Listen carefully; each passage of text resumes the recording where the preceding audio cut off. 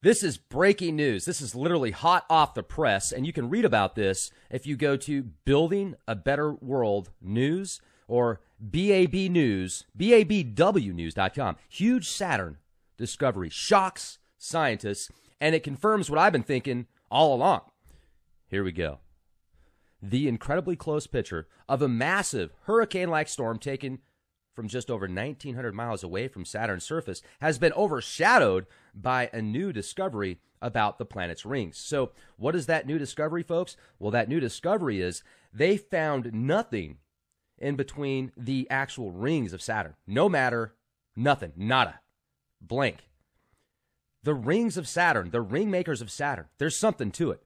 There's some type of vibrational frequency or harmonious energies, whether for good or bad, that are being emitted through the entire solar system from that one planet. Saturn is such a mysterious planet, and a lot of people say it was once a star. Maybe the rings around Saturn somehow prevent I don't know, it's like some type of prison matrix or something. Maybe it's a construction of conscious imprisonment. Now, look at the Greek mythos of Kronos. Talk about scary. I mean, you're talking a Greek god that there's multiple images. I was thinking about sharing some of those on the program, and they're from Greek era, yet they're still so twisted that I don't even want to put them on the screen. I mean, Kronos is like eating his child. There's one where he's biting his head off, and it's just twisted. And then you've got the cult of Saturn, the black cube, and I haven't read David Icke's work about the rings of Saturn. However, I've heard people talk about it, and there might be something to it. That's one thing I like to do my own research before I start doing a whole bunch of research of specific authors, because that way I can either confirm or, I confirm either way if what they're saying is legit based upon my own research. And I don't agree with everybody 100% of the time ever. I will tell you this, though. David Icke has written about things in the past that have shook me to the core. Like if you've ever read his book, The Biggest Secret, that was one of the books that came out in the late 80s, or I'm sorry, the late 90s, when the internet wasn't as poppin' as it is now.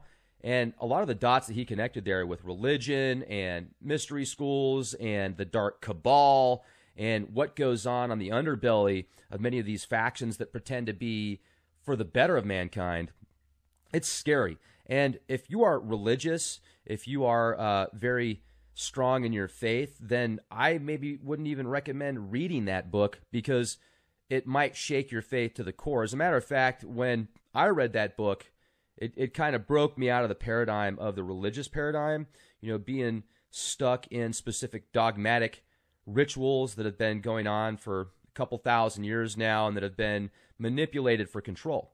Especially if you read through the Holy Bible, you can actually, if you look at it from a different perspective, you can see the kind of mind control tactics, the neurolinguistic programming, the hypnosis, it's just fascinating how much has been integrated into those texts to control the masses. So, I certainly feel there's a higher power, multiple higher powers than myself, and divine providence, the creation of everything, the ultimate. I just can't explain it with my monkey mind. I will say that I also feel there's demigods, and there's beings and entities out there that can actually control the masses in this physical matter oftentimes in different realms, in a different vibrational frequency, because that different realm is still connected to this realm. It's just a different pattern. It's a different vibrational frequency, a different essence that if you know how to latch on to that, then you can kind of see it. Kind of like when we were reading the Emerald Tablets, I'm saying we because you guys were with me, when the Emerald Tablets were read, it talked about how Thoth was describing the Dark Brotherhood and the Archonic serpents, the Archon serpent beings that you couldn't see with the physical eyes, yet with specific sounds you could actually see them. And it's kind of like the film They Live with Rodney Piper. Isn't it weird how shortly after he came out with exposing that film, he passed? Also could have been, maybe he was doing a lot of steroids back in the day with WWF and stuff, or WWE, the Wrestling Federation. Those guys are juiced. Still, I appreciate the fact that he came out and exposed the agenda, and the fact that he played that pivotal part, and incredible. So let me get back to let me read this to you. NASA scientists were absolutely floored by the latest data sent back by the Cassini spacecraft from Saturn. Data that will cause them to totally rethink how they understand the gas giant's mysterious rings. As Cassini took a dive through the gaps between the rings of the second largest planet in our solar system, they expected to find some sort of particles or other matter, but instead they found absolutely nothing. They found nada. The Cassini took 2 passes between the huge gaps in the rings of Saturn, but were amazed to find that there was absolutely nothing there. Not even the faintest hint of some kind of matter or space dust, indicating that the area between the rings and Saturn is a whole big nothing. The rings, on the other hand, are made up of fast-moving particles of ice and other space debris. That's awesome. And that also makes me think of all the hexagon shapes that you see on the moons of Saturn that orbit the inner rings. How about Saturn itself with the giant hexagon? It's fascinating. What does it mean? And then you can get into the electric universe theory by Wal Thornhill. Very smart guy. I had him on the show before. Once again, I don't agree with everything he says. I do agree with a lot of what he says. And when you look at cymatics and you look at how dust can form into specific beautiful patterns based upon sounds that are created that cause a vibrational frequency to change that pattern, it's amazing. But there was this one part, if you go to Wikipedia, where it shows where cymatics actually created this golf ball effect, where it looked like the top of a golf ball. Well, I've seen that same effect on satellite images of Mars and the moon, where people have speculated that they were actually artificial structures, when in reality it could have just been some vibrational pattern from an explosion in space that caused that to happen, some type of electronic interference. Now, with that said, maybe these beings have learned, I would say that these beings, these demigods, maybe the Anunnaki, Enki, Enlil, Thor, Thoth, those guys, those beings of incredible power, I'll bet you they know how to tap onto these frequencies, right? They can say stuff and just create it. Matter of fact, yes, that's right, you, ladies and gentlemen, learn the true keys to the true Kabbalah, and you can change matter with your voice. It's incredible. You can, once you get to that point, wow, I'm not there yet, or am I? Imagine all of us at one time tapping into a specific sound, a specific frequency, a healing, harmonious property that resonates at a particular hertz, maybe 418, somewhere around there. And we all did it at the same time. It'd be electric. It would be magnifying. It would be amazing. It'd be supercalifragilisticexpialidocious cool. And we should do that. We should test that out one of these days. We'll do the Thoth chant that was in the Hermes Trismegistus book in the Nag Hammadi treatise, because after I did that little chant at the end, great response. A lot of people said that they actually saw things, they went into trances, and pretty cool. We'll just emit that energy through the ether of the universe and permeate it into this beautiful archetype of awesomeness. So, the rings of Saturn, the ring makers of Saturn. You guys need to check out the ring makers of Saturn, because the ring makers of Saturn are these huge, they look like these huge rod-shaped ships, almost like galactic Pong, that you can see, Hubble telescope infrared images, that these things look like they're changing the rings up, like they're fixing the rings or doing whatever they need to do to keep those rings in a harmonious state.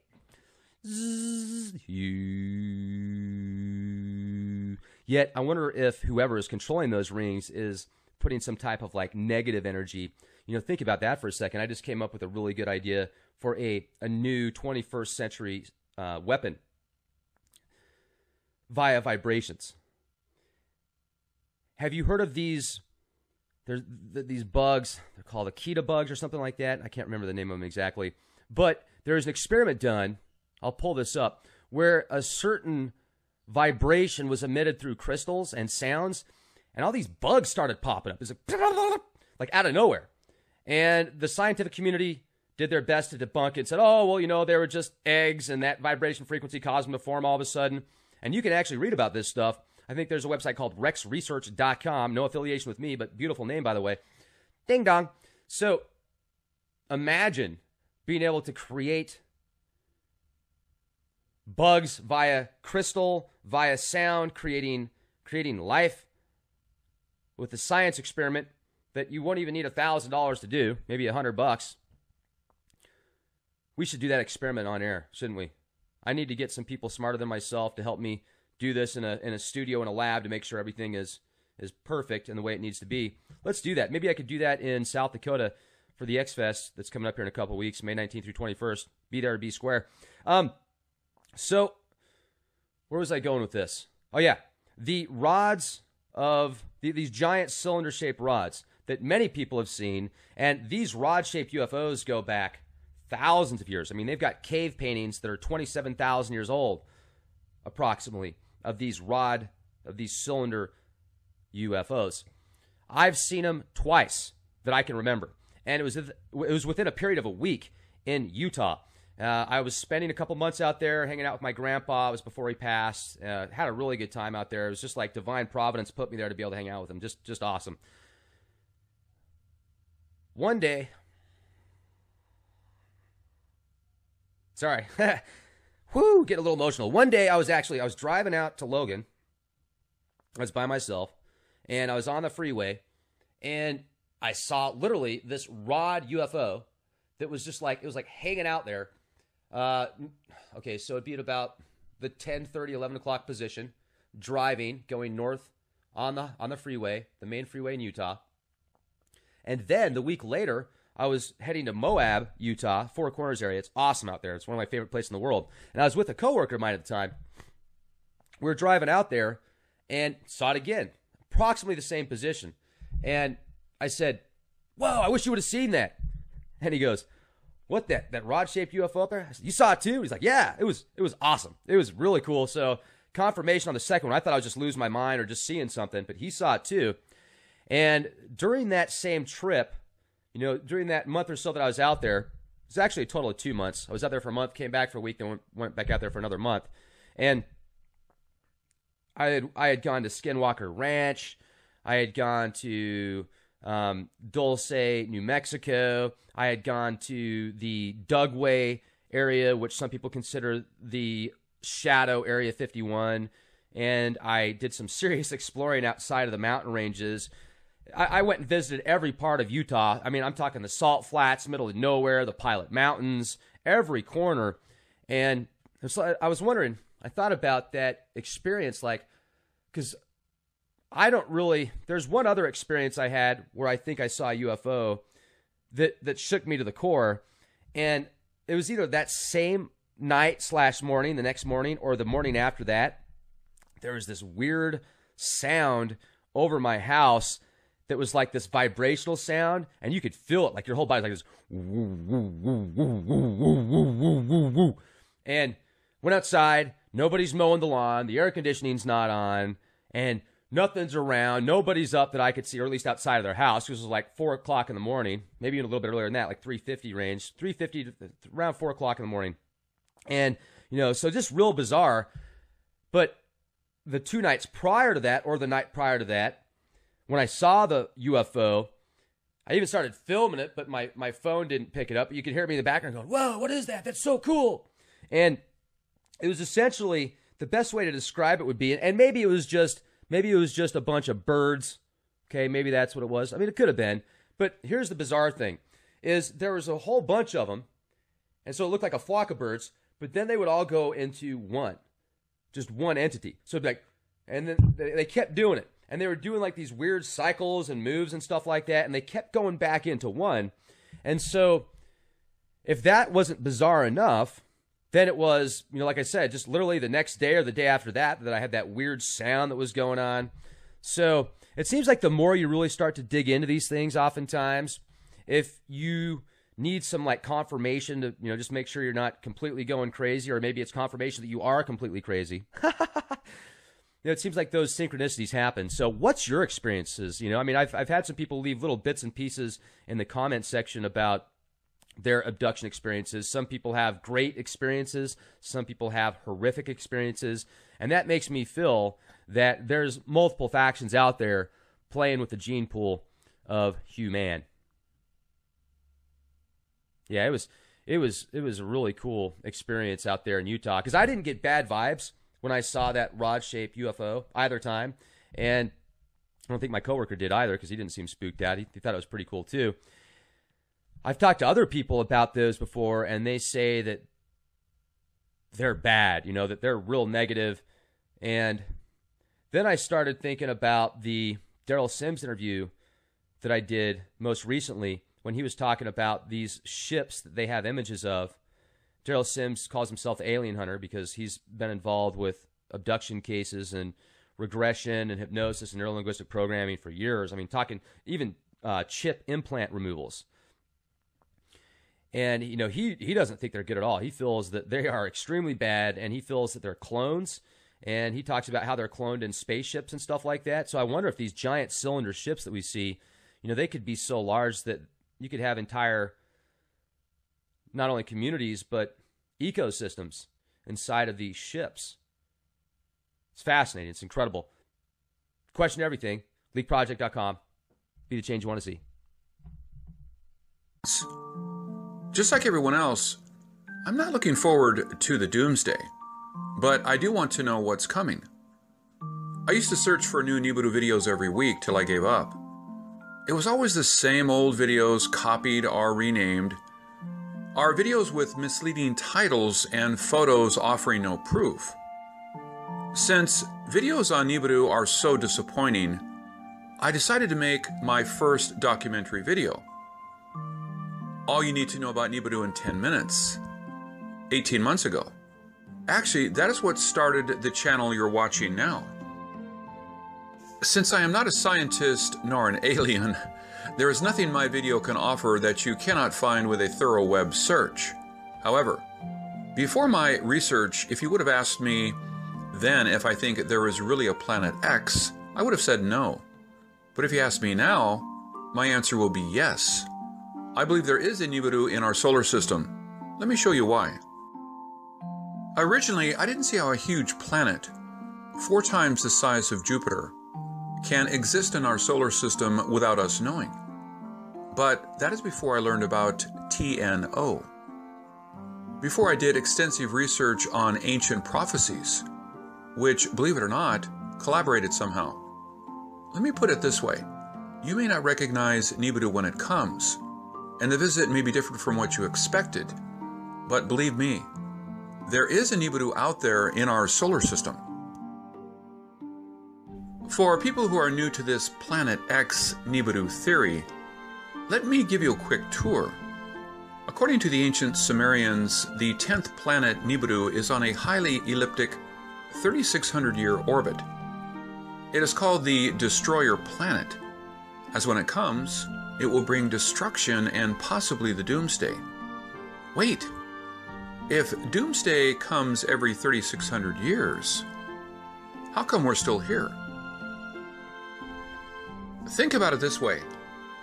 Many comets pass by our sun regularly. How many of them hit planets?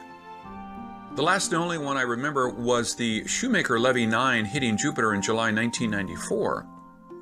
So maybe Nibiru's last flyby was harmless last time. But we may not be likely so lucky next time. Before jumping to any conclusions we cannot sustain, let me bring you another popular Nibiru theory. The planet Nibiru of Nemesis. Nemesis is supposedly our sun's brown dwarf twin. The theory was first introduced in 1984, largely based on the Earth's mass extension 26 million year cycle. An evil twin 1.5 light years away, hidden beyond the Oort cloud, would be a perfect suspect. If Nibiru is a planet of Nemesis, it could explain how its occupants survived 3,600 years without a sun. Nemesis is Nibiru's travel companion and its portable generator.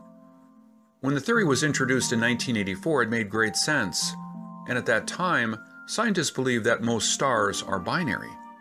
Obviously, our sun should not be an exception.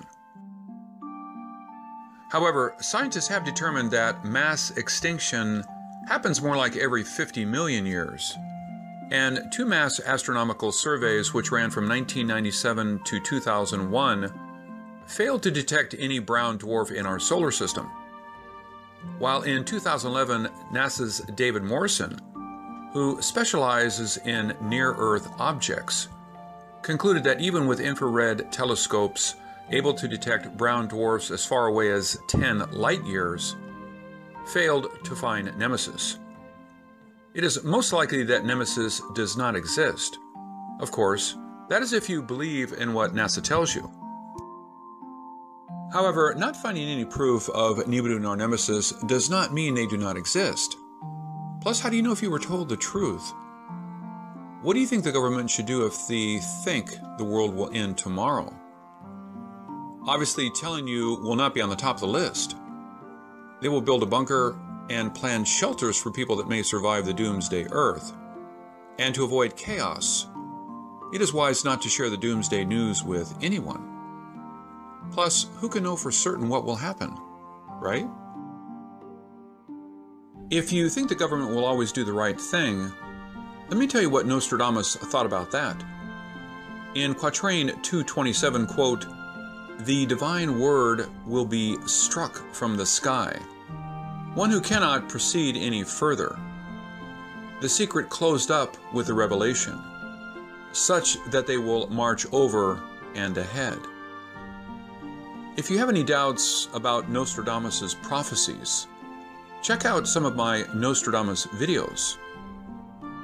When I compared his quatrains with historical events, I was shocked to find the unbelievable details revealed. Check out any of my videos and you will be surprised. This quatrain is grouped with 20 other doomsday quatrains in the second part of the Book of Prophecy, which I call the Doomsday Century. This quatrain seems to indicate that our government would get warnings from the sky, which can be divine or from aliens.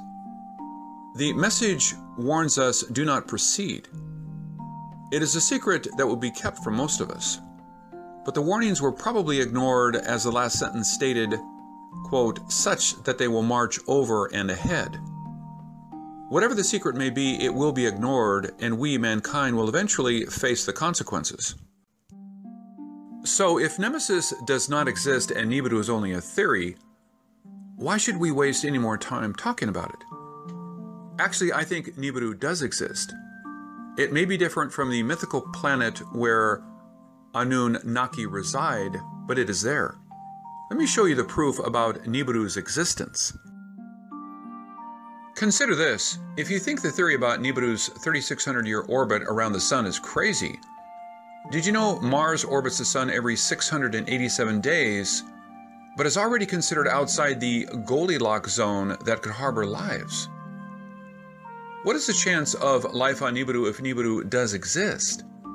Plus, what is the chance of having a planet having a 3,600-year orbit? The good old days when textbooks told you everything you needed to know is long gone.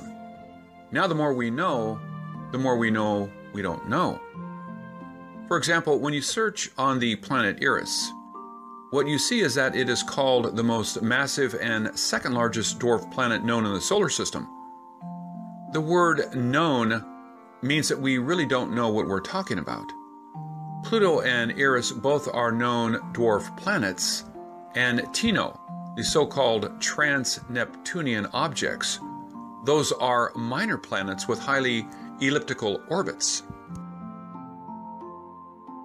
And if you search Wikipedia for trans-Neptunian object, a session called Putative Trans-Neptunian Objects of Planetary Size will jump out at you.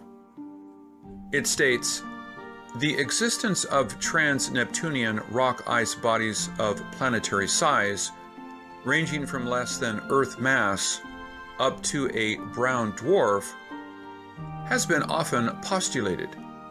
For different theoretical reasons to explain several observed or speculated features of the Kuiper Belt or the Oort cloud.